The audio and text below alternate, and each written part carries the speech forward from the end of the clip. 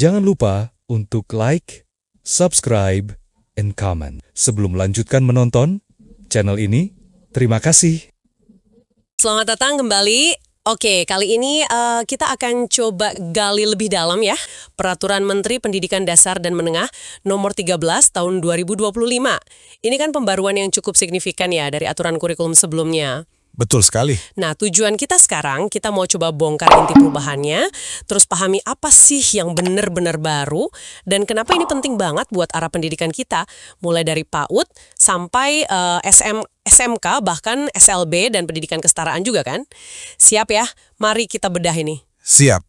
Dan memang peraturan ini bukan sekedar penyesuaian teknis biasa gitu. Tapi ini beneran menyentuh fondasi dan cara pandang kita soal belajar. Tujuannya juga jelas dan sangat mendasar sih. Membentuk manusia Indonesia yang yaitu beriman, bertakwa, berakhlak mulia, karakternya Pancasila, tapi juga, tangguh menghadapi perubahan zaman. Yang langsung kelihatan beda, ini saya lihat ada penambahan landasan ya, ada filosofis, sosiologis, psikopedagogis, lebih eksplisit gitu. Ya. Dan muncul pendekatan baru, namanya pembelajaran mendalam. Nah, ini gimana nih maksudnya? Iya, ini menarik banget. Jadi landasan filosofisnya itu benar-benar menggali akar pemikiran pendidikan kita loh. Ada Ki Hajar Dewantara kan dengan sistem Amongnya. Terus ada K.H. Ahmad Dahlan yang melihat pendidikan sebagai motor perubahan sosial. Ada K.H. Hasyim Asy'ali soal inklusivitas, saling menghargai. Bahkan sampai Romo Mangunwijaya, pendidikan yang membebaskan.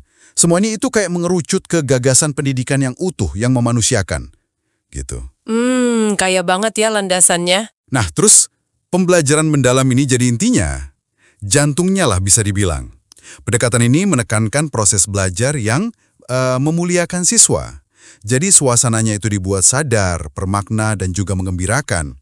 Fokusnya nggak lagi kotak-kotak permapelaja, tapi mengasah olah pikir, olah hati, olah rasa, sama olahraga. Semuanya terpadu. Oh, jadi holistik banget ya pendekatannya. Betul. Ujung-ujungnya itu 8 profil lulusan yang mau dicapai. Jadi bukan cuma pintar akademis, kayak penalaran kritis atau kreativitas, tapi juga karakternya kuat. Ada keimanan dan ketakwaan, kewargaan, terus juga bisa kerja bareng, kolaborasi, komunikasi tangguh secara mandiri, dan peduli sama kesehatan. Jadi visinya jauh lebih komprehensif gitu. Wah, jadi pergeserannya kerasa banget ya dari sekadar mungkin dulu transfer pengetahuan, sekarang jadi pembentukan manusia seutuhnya. Ini bukan lagi soal apa yang diajarin, tapi lebih ke bagaimana prosesnya dan siapa sosok rumusan yang kita mau. Fundamental sih ini perubahannya. Iya, sangat fundamental. Nah, terus gimana ini diterjemahkan ke struktur kurikulum sehari-hari? Ada perubahan spesifik di mata pelajaran atau mungkin alokasi waktunya? Saya lihat tadi ada yang baru soal coding dan AI ya. Betul sekali. Nah, ini menarik. Peraturan ini secara eksplisit nyebutin coding dan kecerdasan artifisial atau AI sebagai mata pelajaran pilihan baru. Nanti akan mulai diterapkan bertahap mulai tahun ajaran 2025-2026. Dimulainya dari kelas VSD sampai jenjang menengah. Ini jelas banget respons adaptif kita terhadap era digital kan? Iya, harus itu ya. Harus. Selain itu, fleksibilitas juga jadi kata kunci penting di sini. Contohnya nih, di SMA, khususnya kelas 11 dan 12, siswa itu dikasih keleluasaan milih. Mereka bisa pilih 4-5 mata pelajaran pilihan sesuai minat mereka. Minimal ada 7 pilihan yang disediain sekolah. Jadi, ini memungkinkan pendalaman sesuai potensi dan aspirasi masing-masing anak. Jadi lebih personal ya pendekatannya. Betul. Begitu juga di SMK. Strukturnya dibikin lebih tajam antara mapel umum sama kejuruan. Porsi buat praktik kerja lapangan, PKL, itu juga diperjelas. Oke. Nah, fleksibilitas ini kayaknya nggak cuma di SMA SMK aja ya. Tadi disebut juga soal muatan lokal yang bisa lebih lentur, terus ada penyesuaian khusus buat SLB dan pendidikan kesetaraan juga ya? Iya, benar. Muatan lokal itu bisa diintegrasikan ke mapel lain atau jadi mapel sendiri, tergantung kebutuhan daerah. Terus, untuk SLB ada program kebutuhan khusus yang disesuaikan. Nah, untuk pendidikan kesetaraan, ini juga menarik. Mereka pakai sistem satuan kredit kompetensi atau SKK.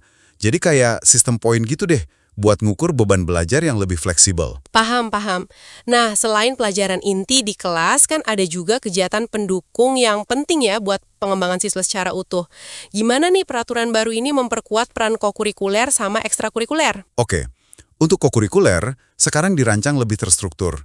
Tujuannya jelas, buat menguatkan 8 kompetensi profil lulusan tadi.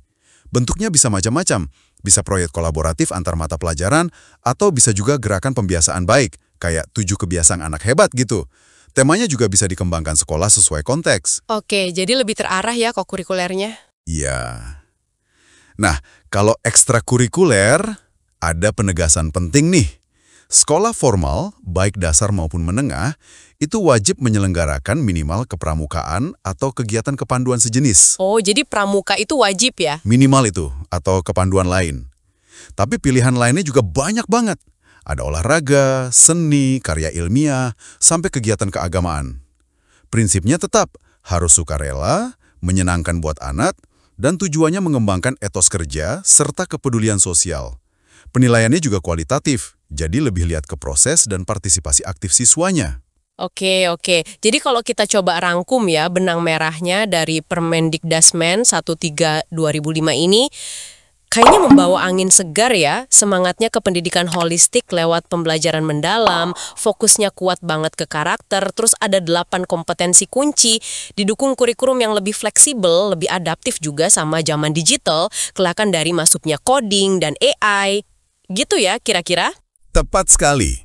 Dan yang patut digarisbawahi menurut saya adalah upaya serius untuk menyelaraskan kekayaan filosofi pendidikan nasional kita, warisan para pendiri bangsa, dengan tuntutan masa depan dan tantangan global. Ini bukan sekedar ganti dokumen administrasi loh ya, tapi sebuah upaya bisa dibilang menggeser paradigma tentang apa sih makna dan tujuan belajar itu sendiri. Iya, benar banget. Tentu perubahan ini bawa harapan besar ya buat Anda semua, para pendidik, orang tua, siswa, dan kita semua di dunia pendidikan. Semoga menuju praktek yang lebih memerdekakan dan relevan. Nah, sebagai penutup nih, mungkin ada satu pertanyaan buat Anda renungkan bersama.